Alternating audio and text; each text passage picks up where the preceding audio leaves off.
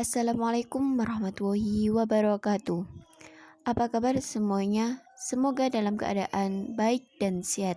Di video kali ini kita masih membahas tentang ekosistem, tetapi kita akan membahas lebih spesifik, yakni interaksi antar komponen ekosistem.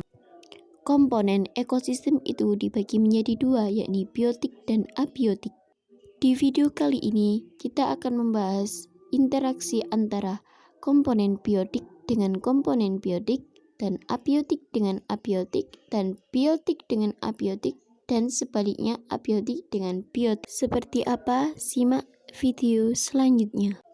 Yang pertama adalah interaksi antar komponen biotik. Komponen biotik secara timbal balik dapat mempengaruhi komponen lainnya.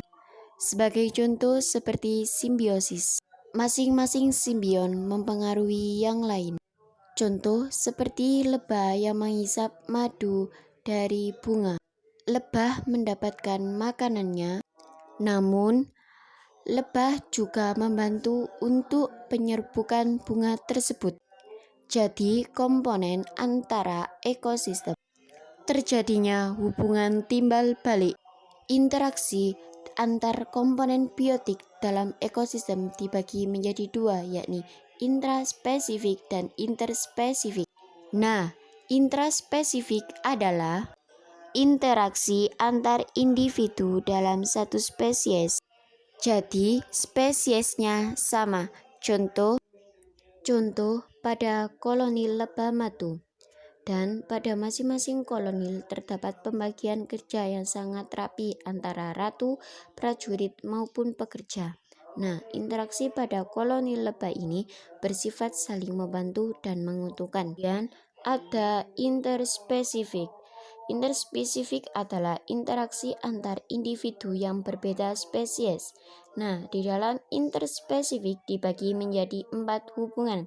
Yang pertama, predasi. Predasi merupakan interaksi antara pemangsa atau predator dengan mangsanya. Contoh, harimau menjadi predator dan zebra menjadi mangsanya. Yang kedua adalah kompetisi. Kompetisi merupakan interaksi antar dua individu, dapat berbeda atau dalam satu spesies. Interaksi ini dapat terjadi karena adanya kepentingan yang sama antar individu yang saling bersaing atau kompetitor. Misalnya, persaingan mendapat makanan, daerah wilayah kekuasaan, pasangan, atau lain-lain. Contoh, seekor harimau dengan seekor singa. Mereka berdua saling bersaing dalam mencari makanan atau mangsa maupun persaingan dalam mendapat daerah wilayah kekuasaan. Yang ketiga adalah netral. Netral merupakan dalam kehidupan bersama antar polusi dalam satu spesies atau lebih, dan masing-masing spesies tersebut tidak saling mengganggu satu sama lain. Contoh, seekor cacing dengan seekor jangkrik. Mereka tidak saling mengganggu satu sama lain, tidak ada yang merasa terganggu. Nah, yang terakhir ada simbiosis. Simbiosis adalah kehidupan bersama antara dua makhluk hidup atau lebih yang berbeda spesies dalam hubungan yang sangat erat. Nah, di dalam simbiosis ini kita mengenal ada 3 hubungan. Yang pertama, simbiosis mutualisme. Simbiosis mutualisme adalah simbiosis yang saling menguntungkan, tidak ada yang mengalami kerugian. Contoh, kerbau dengan burung jal. Yang kedua adalah simbiosis komensalisme. Simbiosis komensalisme adalah simbiotik yang satunya untung dan yang satunya tidak dirugikan. Contoh, ikan remora dengan ikan hiu. Yang ketiga, simbiosis parasitisme. Simbiosis parasitisme adalah hubungan simbiotik yang satunya untung dan yang satunya dirugikan. Contoh, nyamuk dengan manusia. Kemudian kita lanjut ke interaksi antar komponen abiotik. Komponen abiotik dapat mempengaruhi hubungan abiotik lainnya. Secara timbal balik, sebagai contoh jika intensi cahaya sinar matahari yang mengenai suatu perairan meningkat mengakibatkan penguapan meningkat.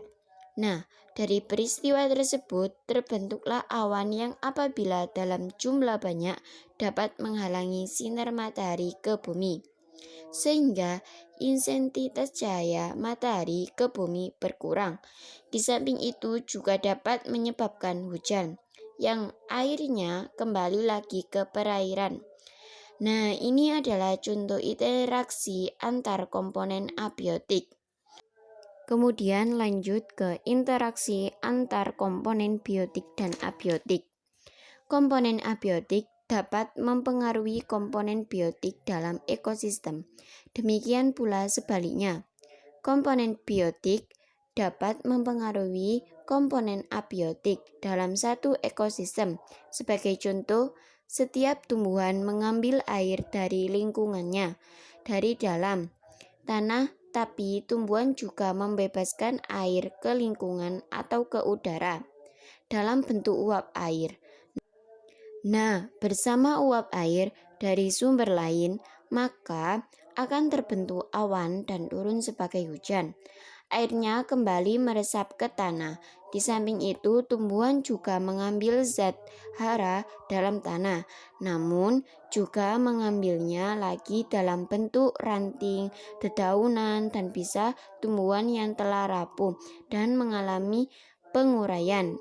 Ini adalah reaksi antara komponen biotik dan abiotik. Sekian, terima kasih. Kurang lebihnya saya minta maaf. Wassalamualaikum warahmatullahi wabarakatuh.